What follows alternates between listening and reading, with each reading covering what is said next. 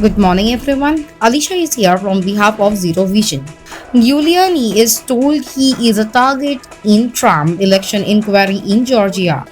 The legal pressures on Donald J. Trump and his closest allies intensified further on Monday, as prosecutor informed his former personal attorney Rudolph W. Giuliani that Mr. Giuliani was a target in a wide-ranging criminal investigation into election interference in Georgia.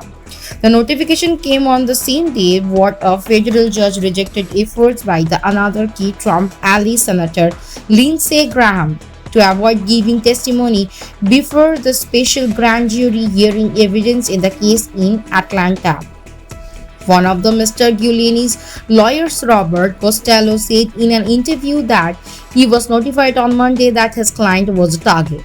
Being so identified does not guarantee that a person will be indicated. Rather, it usually means that prosecutors believe in an indictment is possible based on evidence they have seen up to that point. Rudy Giuliani learned he is a target of the investigation in Georgia and testified for 6 hours. Then Lindsey Graham and Trump lawyer John Eastman could be next. Former federal prosecutor Joyce Vance joins Kathy Fang to discuss. For Mr. Giuliani, the former mayor of New York, the developments are the latest in the widening swath of trouble, though he got some good news recently when it emerged that he was unlikely to face charges in a federal criminal inquiry into his ties to Ukraine during the 2020 presidential campaign. Mr. Giuliani is scheduled to appear before the special grand jury on Wednesday at a downtown Atlanta courthouse. His lawyer, Mr. Costello, said in the interview that Mr. Giuliani would probably invoke attorney-client privilege if asked questions about his dealings with Mr. Trump.